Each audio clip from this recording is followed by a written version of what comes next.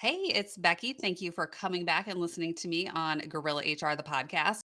We are continuing our series today talking about workplace culture and looking at how employers need to be doing more than thinking about just free coffee or doing more than saying, gosh, we really have a problem with turnover and people just don't seem happy. Here's 20 bucks. Why don't you do something? Go buy some happiness for our people.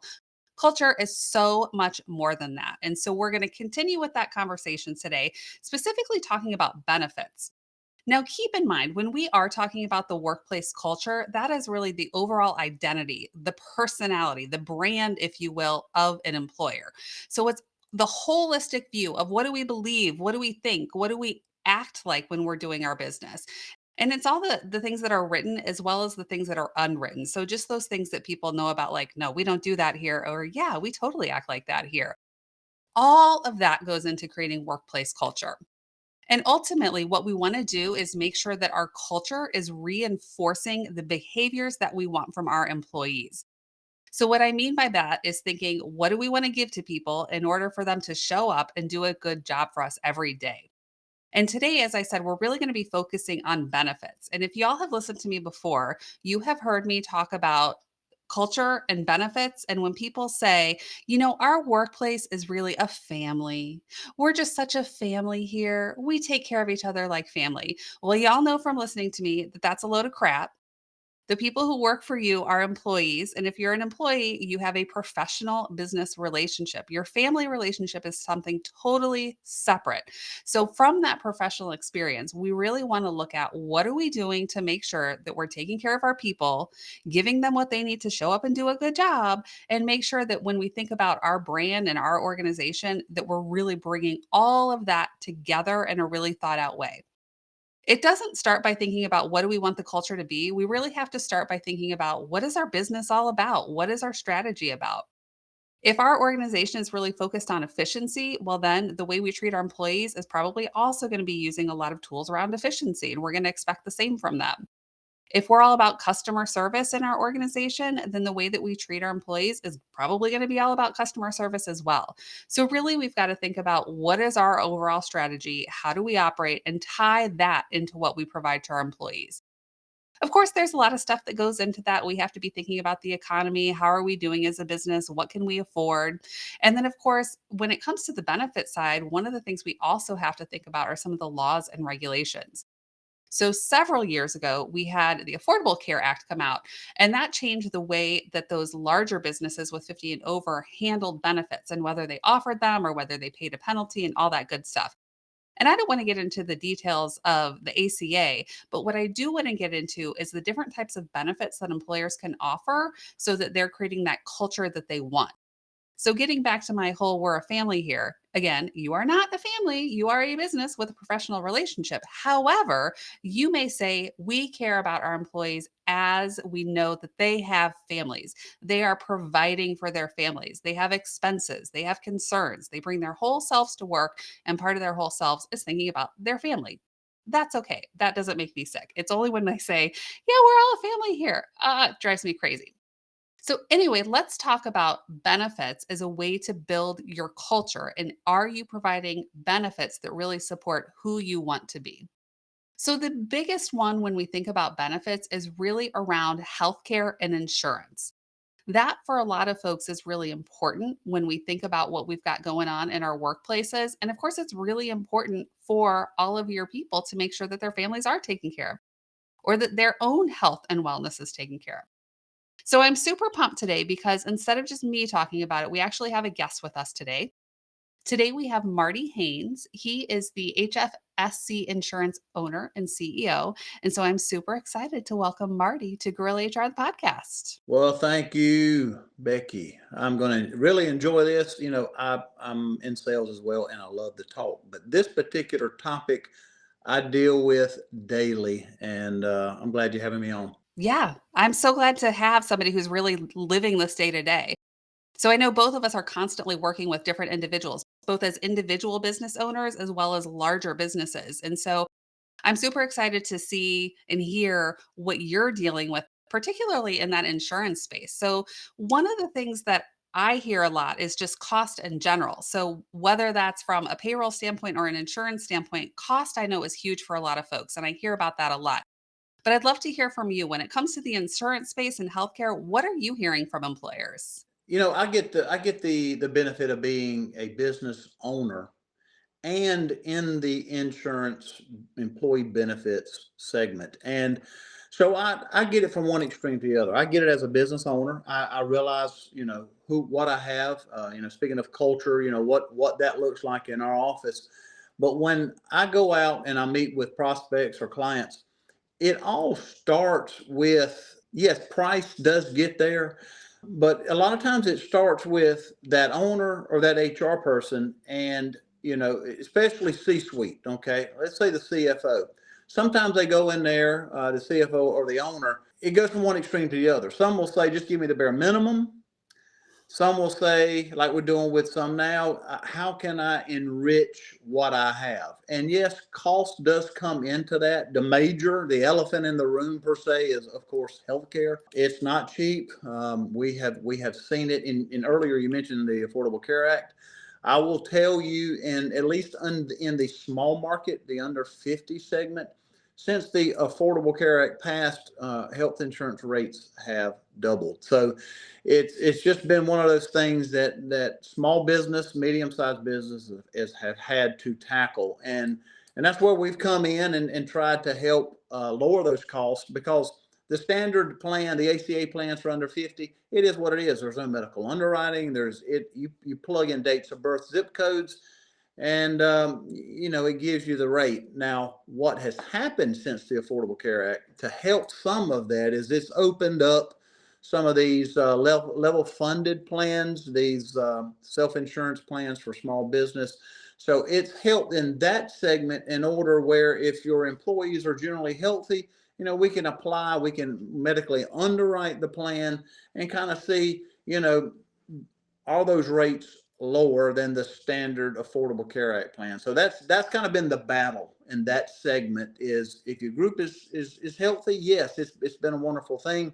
But if it's not, those healthcare costs are just, they're up there. One of the things that you just said early on is you want to think about what you're getting, the value that you get for your cost, but you said for a lot of people, like, they'll start with the bare minimum. So from that culture, when we transition, okay, what are we offering to you? Hey, employee, we want to give you the bare minimum. Doesn't that say to your employee, okay, then I want to give you the bare minimum? So this is where I tie it back to the culture piece. Like, if you want to invest in your people and you want to offer some enhancements, as an employee, that says, well, now I'm working for a company who cares and they want to give me some enhancements. So in turn, that's what I'm going to do back for the company. So I think that, again, this is one where we really don't often connect the two, but they are so directly connected. They are, and trust me, get into that discussion a lot, because the ones that offer the bare minimum and don't want to do anything, they don't understand when I say, well, we can't keep employees. Well, I wonder why. Is because you want the bare minimum, they're giving the bare minimum, they're going somewhere else, they're going to your competition, who has made it a focus to make sure that culture, what they're doing for their employees is top notch, whereas you're not, and you're reaping what you're sowing, basically, is what's happening. For sure. You also mentioned self-funded, level funded, all that good stuff. So we might have some folks who don't know the difference between, self-insured, fully insured, level funded, all that good stuff. So will you just give us a quick overview of what do those different things even mean? Yes, sure. Fully insured is the standard. You got the carrier, whoever the carrier is, they assume all the risk. You just pay a premium. And for a lot of businesses, that's what they want to do. They want to know what that set number is. They can budget that way. You assume all the risk, and we'll just, if we have to shop it out every year and see what's competitive, we'll go down that road. The next thing is level funded. In a nutshell, it is a self-insured product. It's a self-insured product for small business, and companies like myself and others. We it gives us access to be able to play in that market a little bit. I mean, there's some safeguards in there, but it allows us to play in that market where, if I put in, I'm going to use my simple terms, if I put in money into the bucket And at the end of the year, there's money left in that bucket. Well, in the current level funded market is you get to split that cost with the carrier. So there is incentive to incentivize the employees to, use generics, be cautious where you're going. Don't go to the emergency room for a cold, those sorts of things. And if there's money left in the bucket per se, on the 15th month after you renew, say there's $20,000, depending on what state you're in, you roughly get either 2/3 of that or half of that. So there is an incentive. And then you have fully insured, totally self-insured, where you assume all the claims, the risk with some stop loss and those sorts of things. You have more control. You can direct certain things. But some businesses, smaller businesses, especially on the under 50 side, most don't want to ever go that route. And me personally, that's a whole discussion in our industry. If you're under 50 employees, I would not go down that road. But the level funded piece, it walks just like a regular fully insured plan, with of course some differences there. I mean, it has co-pays for prescription and office visits and all those good things. So it just gives small business and medium-sized business additional avenues to look at coverage like larger groups have. So, what I heard you say is that there really are a variety of options. So, I often hear from people like they think there's only one way to go about it or one thing that they can do, when really, when you evaluate the cost and the risk and the way that those can be combined, there are some different options and there are some different models out there that are worth exploring. Exactly. Sometimes people say we can't do that because we're small. Well, that's not the case. You can do those things. You always, and this. The cost of not doing that versus the cost of having to rehire people. That you've got to. Those are factors you have to consider in those things as well. But it's just not health insurance. I mean, it's the whole gamut of dental and life, and especially life insurance. People, you'd be surprised that people don't have life insurance, but what you can get through an employer is such a great way to help protect that employee's family in case an unfortunate event of their passing. So benefits are really important. It's not the only thing, but it is really vital in setting that tone and what you feel about your employees. For sure.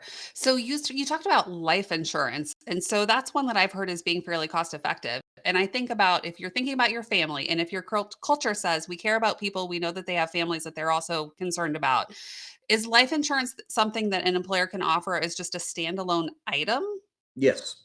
Yes, you can do it two ways. You can do a flat amount. You say a lot of times we'll quote 25,000 for each employee, and that's employer paid, and it's really inexpensive. It's pennies on the dollar. I mean, an employee could have cancer and have this policy, so it's really cost effective. And you can do voluntary life, which, okay, the employer says, look, we're going to cover 25 or $50,000 of life insurance, but if you need more, here's a voluntary piece of that, and then you can go all the way up to, and Becky, you can figure that in many different ways. Multiples of salary. You can set a particular limit all the way up to 500,000, with guaranteed at 200,000. So it's a great way to, and that product too is still pennies on the dollar to what it would cost, if they come into the office and we wrote them an individual plan. But it is again, it's a great way to help protect those employees against unfortunate death of someone that may be the main breadwinner.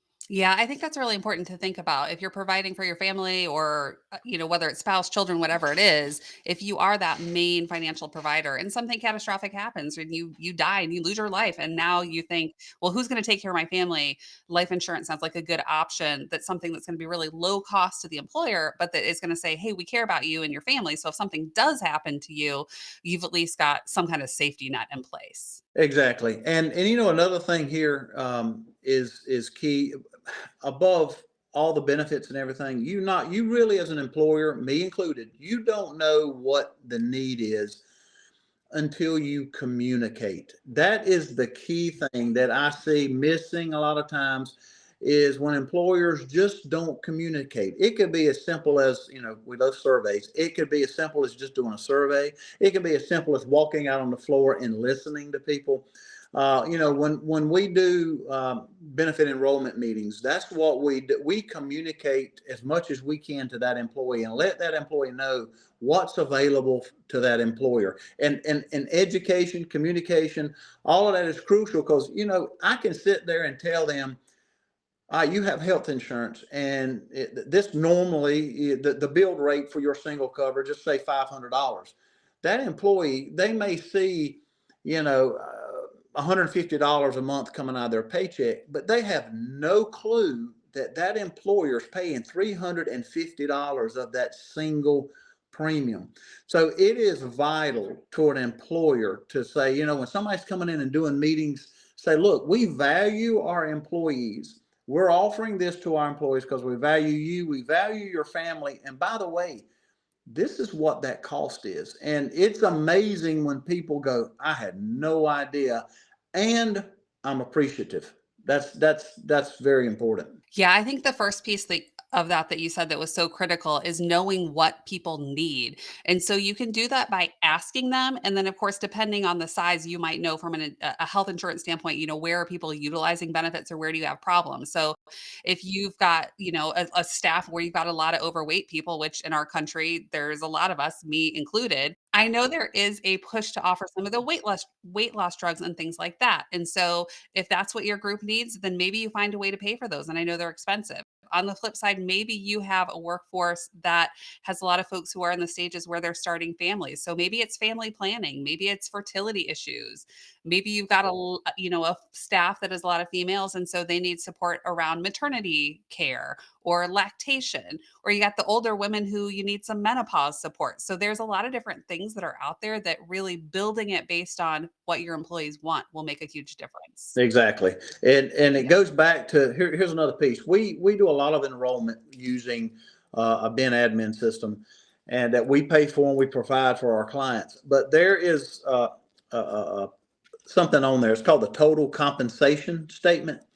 Oh my And God, I love doing these. those Yes. things are, you talking about communicate.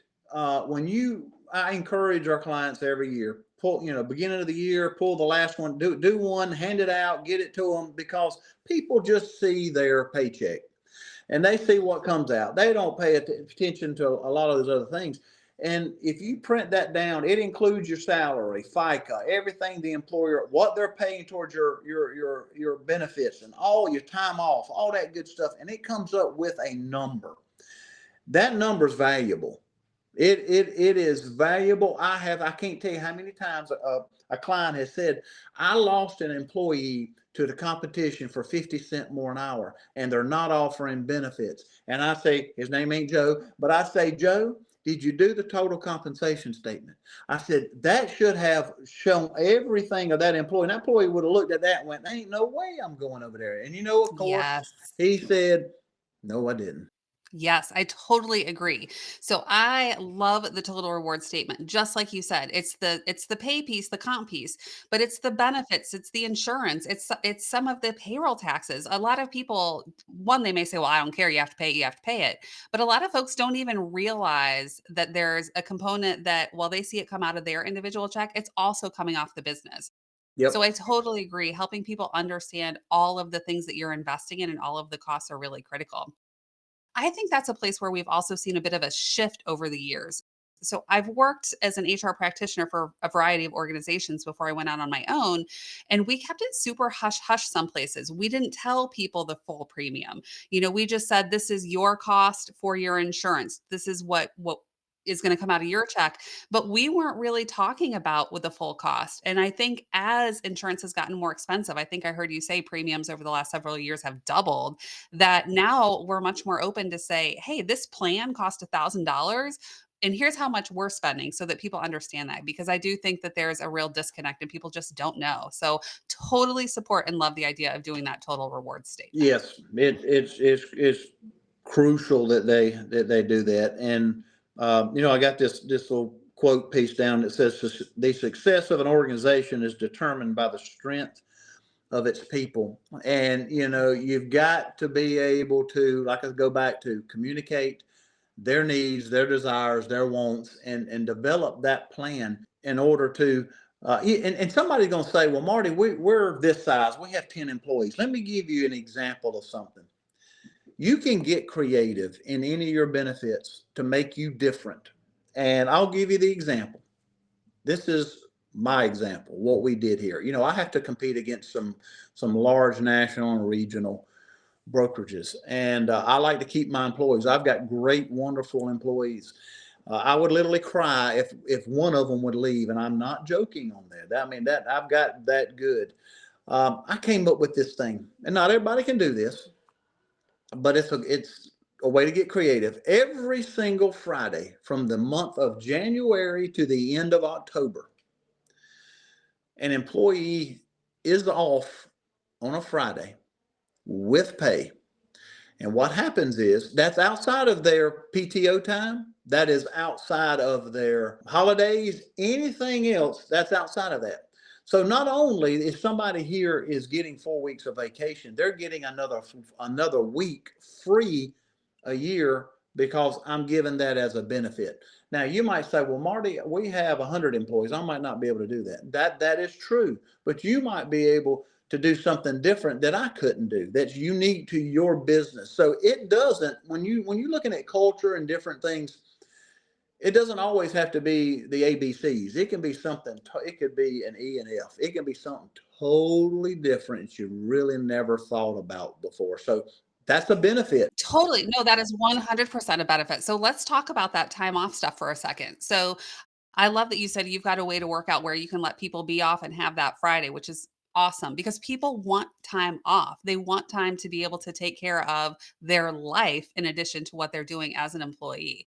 So what I'm seeing on the time off side is there's still really a split between people who are doing PTO or paid time off where they have the bucket of sick time and vacation time in one versus those doing separate vacation and sick. So it's a split, and for most organizations it doesn't make a big difference. One of the reasons that I would say we've shifted, because I think for a while we were shifting towards PTO all in one, but now, as we have more states and places that are mandating some additional sick time, I see employers start to carve out and break them out separately again. So I'm seeing more come back to having those separate buckets of vacation and sick. But either way you do it, people want time off. And so to have that time available is important. One of the things that I think is so important about time off, though, and I think this is something that you're tapping into, is that people have this time off. And then I hear, well, but I can't take it. I can't use it. We're too busy. I don't have a backup. This whole place is going to fall apart if I'm not there. So I would love to see a culture where we say, okay, managing PTO and making sure that people are able to take their time without it becoming a detriment should be a goal of a manager. Let's build that into the performance of managers to say, your people need time off to recharge. So, as an organization, if we're going to give that to you, you better make damn sure that you're making sure your people can take advantage of it. Exactly, because if we're all wore out and mentally strong, we're no good. We're not productive and not productive to the business and those sorts of things. And you want to encourage that, and that's why, and it's an in-office joke. Sometimes I'll say, "Well, if we can't get this done, I guess we might just get rid of our Fridays off." And I literally was about to get beat up in the office because that was it came out of nowhere and a thought and. I really never knew that would be such a great benefit. It really don't cost me anything any different. I mean, because I'm gonna pay them. I'm gonna pay them. But it's just one of those things that I'm thinking about. And your people that's listening to your podcast, you know, just think of those things that would make your employee or employees happy. Whatever that is what you really got to focus on. And that's what I see. I mean, I get the fun thing of seeing different businesses, what different businesses do, what they make, what services they do. And I get to see the ones that do it right, and I get to see the ones that do it wrong. And I'll put my 2 cents in there when I see it that way. And it's good when some of them listen and they think, you know what, I really need to do these things. But then the other ones that don't, sadly, I don't have sympathy if their business goes under or they just can't Right. hire It's anybody back to you because, reap what you sow. yeah, If you treat exactly. people like, they're interchangeable and, they can just they need to be there when you need them and you don't care about anything else, then yeah, that's what they see and that's what they know the culture is. Exactly. Are you seeing, since you see it more on some of the insurance and benefit side, I see one, I would encourage people to go towards parental leave. So I don't like the whole idea of maternity and paternity. We need to be treating everybody the same and have the bonding experience, whether it's birth, whether it's adoption, whatever it is. Do you see more employers offering parental leave? It depends. We've got some that are larger that do that. I will tell you, most of our smaller businesses don't do that, and I think it's part of that is just because of the numbers. You just don't have enough backup in that sense to offer it. So, I mean, if you got 20 employees and then 10 of them this month need parental leave, you're kind of in a bind. Yeah, I totally understand that if you're smaller, you need to make sure you have coverage for whatever the service or the product, the thing that you're doing.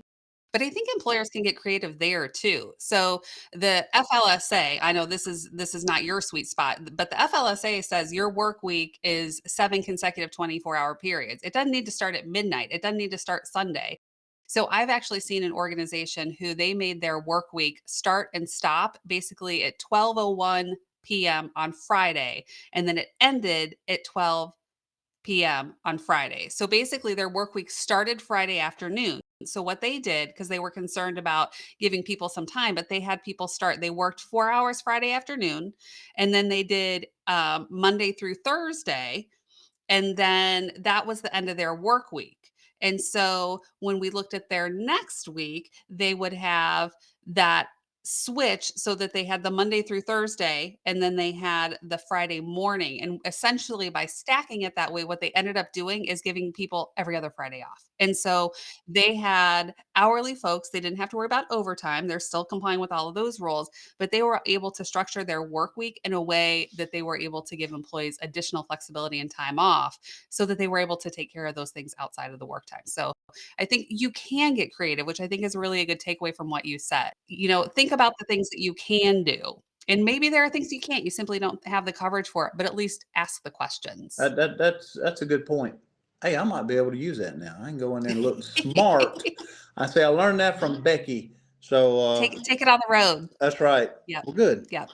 So, last area I want to talk about, there are tons of different things out there, and some of these you may touch on in what you have available, and some of them you may not. So, we'll go through some of these. Voluntary benefits. I know you talked a little bit about life and disability already, Yeah. but I also hear about things like the pet insurance. I hear about, some additional child care or parental care. We've got the sandwich generation who's taking care of, their parents now in addition to their kids. So, legal services, identity theft services, do you see value or interest in some of these other supplemental benefit options? When I talk to, it's just say I'm meeting with a client and they're like, Marty, health insurance is not in the budget. A lot of times they think, well, because I can't afford to do health insurance, that I'm not going to do anything. And I go and okay, we can tackle that down the road as things change. But you have access to all of these voluntary benefits. Now, these benefits, it can be dental, life, vision, short, long-term disability. It can be the pet insurance. I mean, the additional more life. I mean, it just goes down the gamut. You can do things like cancer and accident. I mean, the variety, the access is just, I mean, it's just a long list. So yes, it's one of those things that we highly encourage. Now, if an employer is not going to pay, now of course they're going to pay some portion of a dental premium, a life premium, or a vision premium. Yes, we pick some other voluntary things like the cancer and the accident and say, hey, here's another avenue.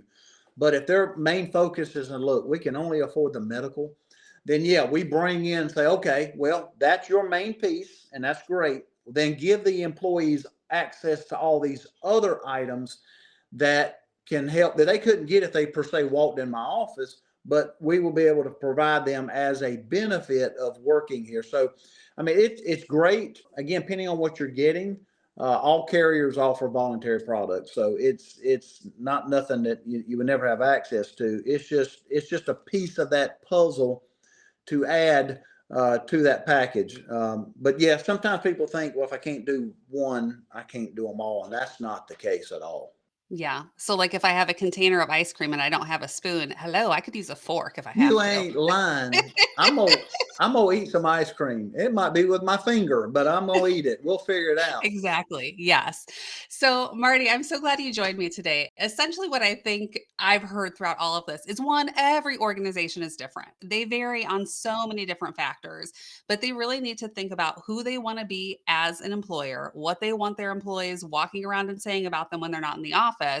And that really, from the benefit side of it, they need to figure out what do their people want and need, because it is not the same everywhere. So talk to them, ask them, do a survey, find out what it is so that then you can, as an employer, find the best value to get what you need to attract and retain people. That's it. I mean, it communicate, communicate, And communicate. then It's like a educate and marriage. communicate. That is it. It's like a marriage. You gotta communicate.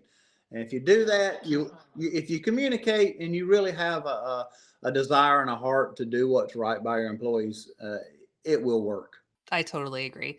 Marty, thank you for coming on and chatting with me about culture and benefits today. I really appreciate your insight, particularly in that insurance space. And really, I would say employers out there, don't be afraid.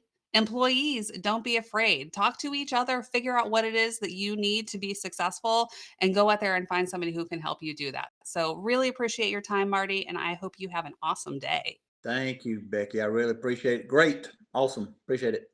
Thank you. And to our listeners out there, come back and join us again on Gorilla HR, the podcast. We have a few more in our series on culture and total rewards and making sure that you are really stepping up and being who you want to be as an employer. So we look forward to coming back to you with some more info soon. Have a great day. That's it for this episode of the Gorilla HR podcast. We hope you found some unconventional wisdom and actionable advice to help you in your own HR journey. Remember, we're all working together to build better workplaces. Want to join in the conversation? Send us your questions, stories, and maybe even your own guerrilla tactics to podcast@gorilla-hr.com. And if you enjoyed the show, please like, subscribe, and share with your network. Until next time,